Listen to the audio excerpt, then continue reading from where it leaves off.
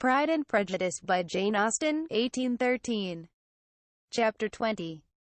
Mr. Collins was not left long to the silent contemplation of his successful love. For Mrs. Bennet, having dawdled about in the vestibule to watch for the end of the conference, no sooner saw Elizabeth open the door and with quick step pass her towards the staircase, than she entered the breakfast-room, and congratulated both him and herself in warm terms on the happy prospect of their nearer connection.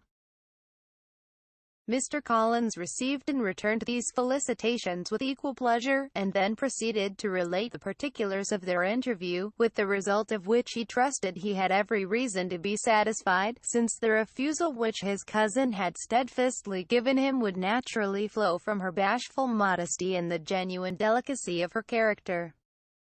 This information, however, startled Mrs. Bennet.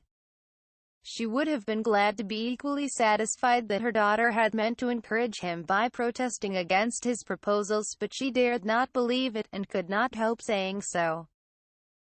"But depend upon it, Mr. Collins," she added, "that Lizzie shall be brought to reason. I will speak to her about it directly. She is a very headstrong, foolish girl, and does not know her own interest, but I will make her know it." "Pardon me for interrupting you, madam," cried Mr. Collins, "but if she is really headstrong and foolish, I know not whether she would altogether be a very desirable wife to a man in my situation, who naturally looks for happiness in the marriage state. If therefore she actually persists in rejecting my suit, perhaps it were better not to force her into accepting me, because if liable to such defects of temper, she could not contribute much to my felicity." "Sir, you quite misunderstand me," said Mrs. Bennet, alarmed. "Lizzie is only headstrong in such matters as these. In everything else she is as good-natured a girl as ever lived. I will go directly to Mr. Bennet, and we shall very soon settle it with her, I am sure."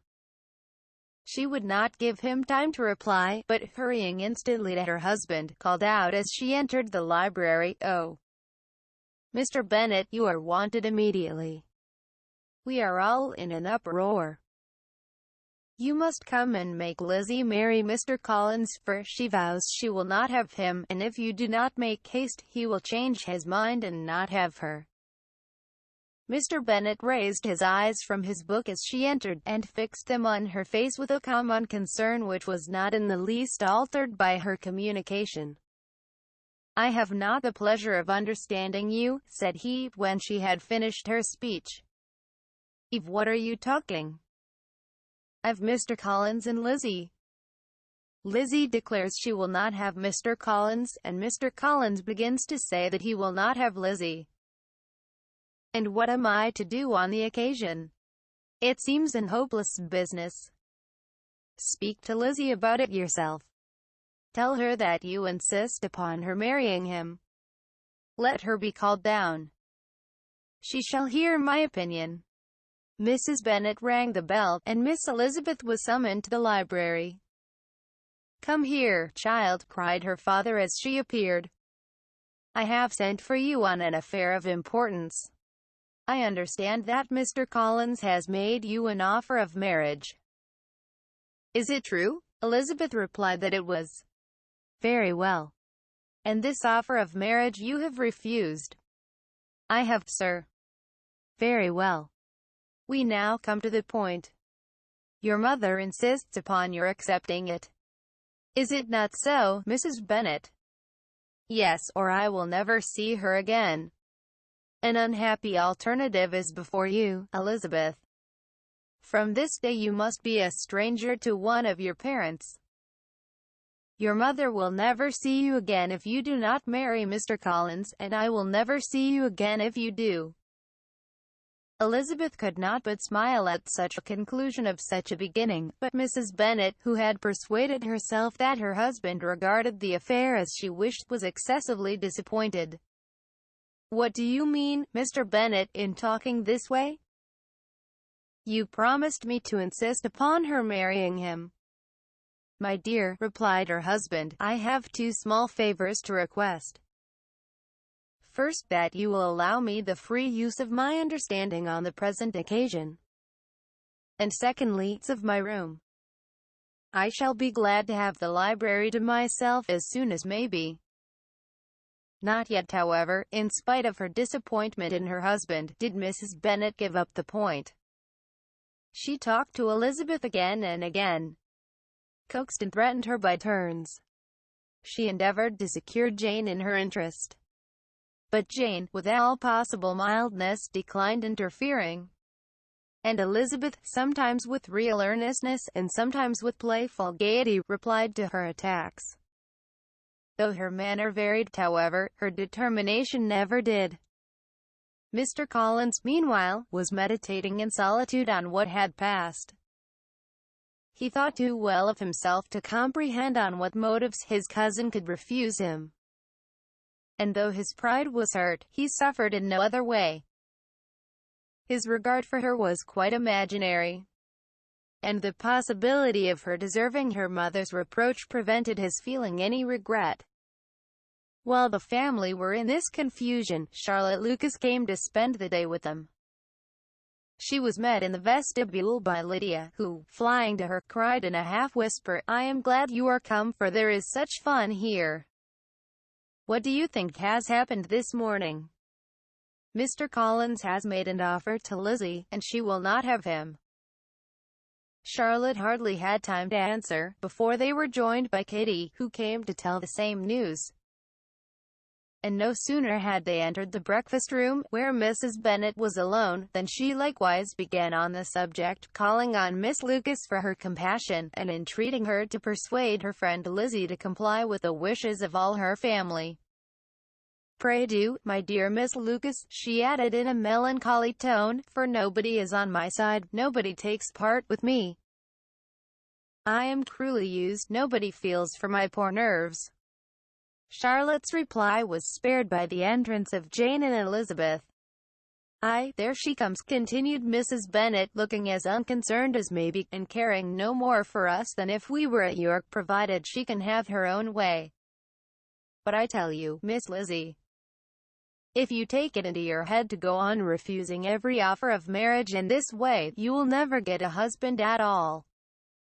And I am sure I do not know who is to maintain you when your father is dead. I shall not be able to keep you. And so I warn you, I have done with you from this very day. I told you in the library, you know, that I should never speak to you again, and you will find me as good as my word. I have no pleasure in talking to undutiful children. Not that I have much pleasure, indeed, in talking to anybody. People who suffer as I do from nervous complaints can have no great inclination for talking. Nobody can tell what I suffer. But it is always so. Those who do not complain are never pitied." Her daughters listened in silence to this effusion, sensible that any attempt to reason with her or soothe her would only increase the irritation. She talked on, therefore, without interruption from any of them, till they were joined by Mr. Collins, who entered the room with an air more stately than usual, and on perceiving whom, she said to the girls, "Now, I do insist upon it that you, all of you, hold your tongues, and let me and Mr. Collins have a little conversation together." Elizabeth passed quietly out of the room, Jane and Kitty followed, but Lydia stood her ground, determined to hear all she could. And Charlotte, detained first by the civility of Mr. Collins, whose inquiries after herself and all her family were very minute, and then by a little curiosity, satisfied herself with walking to the window and pretending not to hear. In a doleful voice Mrs. Bennet began the projected conversation. "Oh, Mr. Collins." "My dear madam," replied he, "let us be forever silent on this point." "Far be it from me," he presently continued, in a voice that marked his displeasure, "to resent the behavior of your daughter. Resignation to inevitable evils is the duty of us all. The peculiar duty of a young man who has been so fortunate as I have been in early preferment. And I trust I am resigned.